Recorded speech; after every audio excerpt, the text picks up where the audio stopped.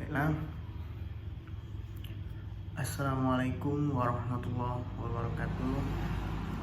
Saya Rizky Ramadan dari jurusan Bahasa dan Sastra Arab, kelas 2 BSAB. Di sini saya akan mempresentasikan artikel saya dengan judul Masuknya Islam ke Minangkabau. Tugas ini tugas kelompok yang terdiri atas saya dan Tiara Sanita. Baiklah, langsung saja kepada latar belakang dari topik ini adalah masuknya Islam ke ranah Minang telah memberikan nuansa baru dalam kebudayaan Minangkabau. Walaupun tidak semua ajaran Islam tersebut serasi dengan adat, terutama pada permulaan masuknya agama Islam, tidak lantas menimbulkan konflik yang tidak dapat diselesaikan. Tetapi seperti yang diketahui bahwasanya adat dan agama Islam di Minangkabau akhirnya dapat saling memperkuat tata kehidupan masyarakat Minang. Hal itu dibuktikan dengan falsafah hidup orang Minang adat bersandi syarak bersandi kitabullah, ataupun disebut dengan adat bersandikan syariat bersandikan kitabullah. Baiklah, pada materi saya tentang masuknya Islam ke Minangkabau ini ada dua. Yang pertama ialah teori Islam masuk ke Minangkabau. Langsung saja, teori Islam masuk Minangkabau itu ada tiga. Yang pertama ialah jalur dagang. Minangkabau yang pertama ialah jalur dagang. Minangkabau terletak pada jalur strategis dalam hal perdagangan. Itu memikat para pedagang asing dan mengembangkan pengaruhnya ke Minangkabau.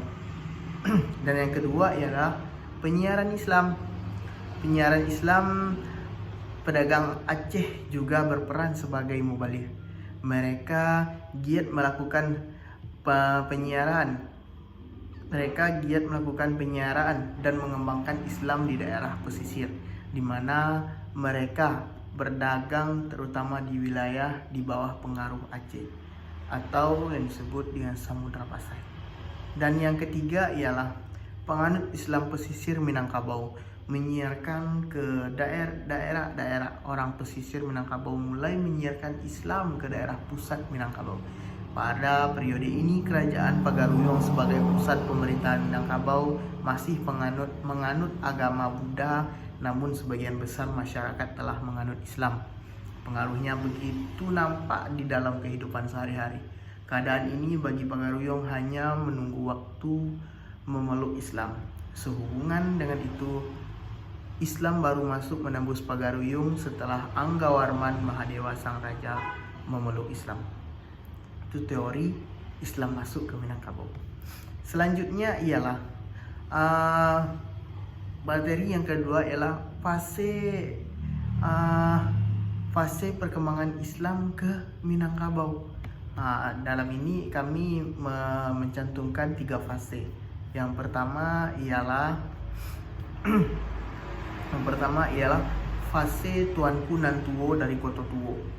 Sejak abad ke-18 ada 3 ordo sufi yang berkembang di Minangkabau, yaitu Naqsyabandiyah, Syatariah, dan Qadoriyah. Aliran Syatariah yang berkembang di daerah Koto Tuo berusaha meyakinkan nagari-nagari di sekitarnya untuk menerima hukum Islam dalam berdagang dan berhubungan dengan para saudagar. Mula-mula Tuanku Nan Tuo membantu para pedagang yang diculik oleh perampok untuk kemudian dijual menjadi budak-budak. Para pengikut membantu mencari tempat-tempat orang-orang pedagang tersebut disembunyikan dan ditahan lalu menyelamatkan. Sementara itu, para perampoknya dihukum. Perampok-perampok ini menjadi takut sehingga aktivitas mereka jadi menurun. Dari kondisi ini yang lebih kondusif ini, tercipta kemajuan yang lebih baik dalam urusan perdagangan. Pada tahun 1780-an, sekolah-sekolah agama menyebar ke seluruh dataran tinggi. Para reformis berpindah dari pengaruh sekolah lama sufi di Ulakan atau dekat pantai Pariaman menuju Kamang, Rau, Koto Gadang, dan akhirnya bertahan di Batu Tebal. Di akhir abad ke-18, Gerakan reformis Islam menyebarkan tarekat Naqsyabandiyah, Syatariah, dan Qadariyah ke daerah dataran tinggi. Pada masa ini, sekolah Islam yang dikepalai oleh Tuanku Nantuo menjadi pusat untuk gerakan reformasi Islam. Gerakan ini berkepentingan langsung dengan persoalan-persoalan yang menyangkut kehidupan sehari-hari masyarakat. Fatwa yang dikeluarkan ditunjukkan pada persoalan kehidupan keluarga, seks yang berperilaku yang dianggap pantas, sistem pewarisan Minangkabau, dan pola menetap yang bersifat material lokal sehingga dapat bertentangan dengan hukum Islam syariah dan mustahil untuk diabaikan. Fase yang kedua ialah fase 3 haji beraliran Wahabi. Kepulangan 3 orang haji dari Mekah pada tahun 1803 membawa perubahan baru. Tuanku Nan Ranceh menilai cara-cara yang dipakai Tuanku Nantuo tidak dibawa menjadi hasil signifikan. Ia beserta pengikut-pengikutnya sepakat menginginkan perubahan total di Minangkabau. Untuk itu nagari harus dijadikan masyarakat Islam secepat mungkin. Tanda-tanda lahiriah nagari seperti adu jago, perjudian, penggunaan tembakau, candu, sirik, dan minuman keras harus dilarang. Orang-orang diharuskan memakai pakaian putih sebagai lambang kesucian. Perempuan diharuskan menutupi wajahnya sementara para pria membiarkan janggut mereka tumbuh. Mengenakan pakaian jubah dan menutup kepala dengan turban. Dikeluarkannya larangan memakai perhiasan emas serta menjauhi pakaian sutra bertujuan menciptakan kebudayaan Arab di dataran tinggi Sumatera Barat.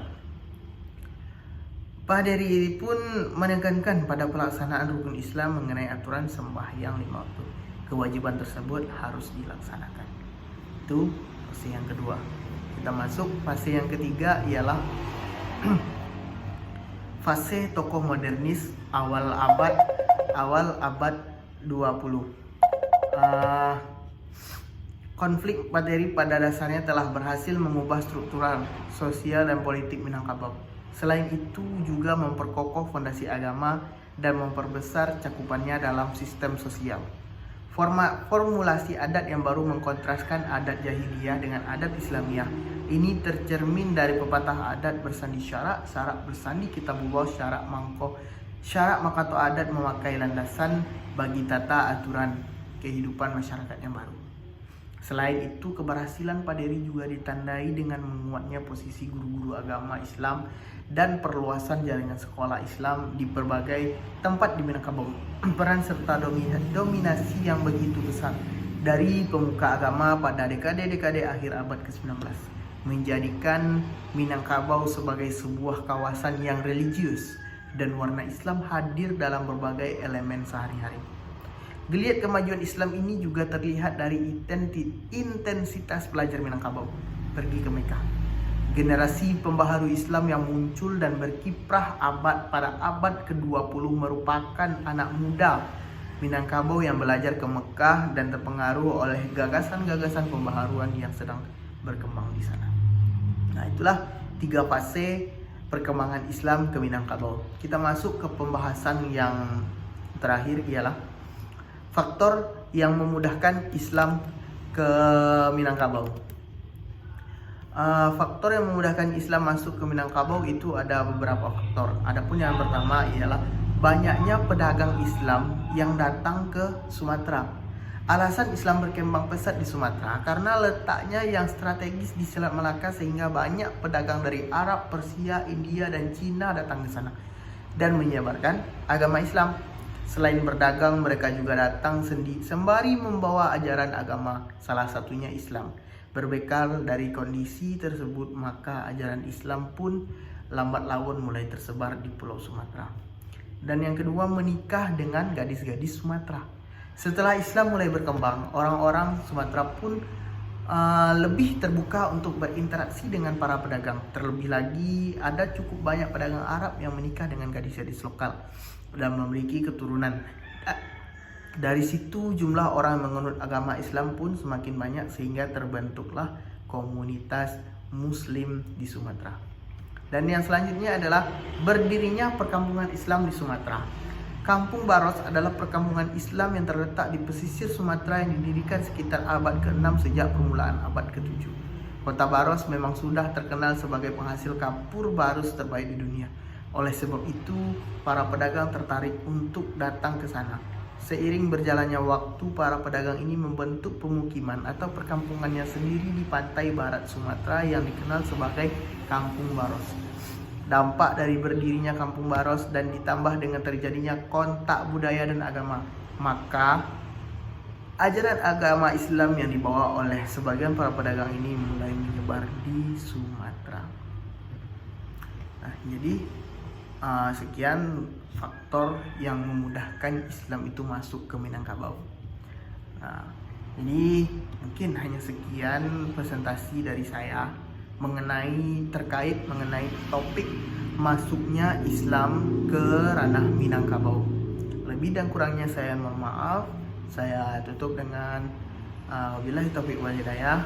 Assalamualaikum warahmatullahi wabarakatuh.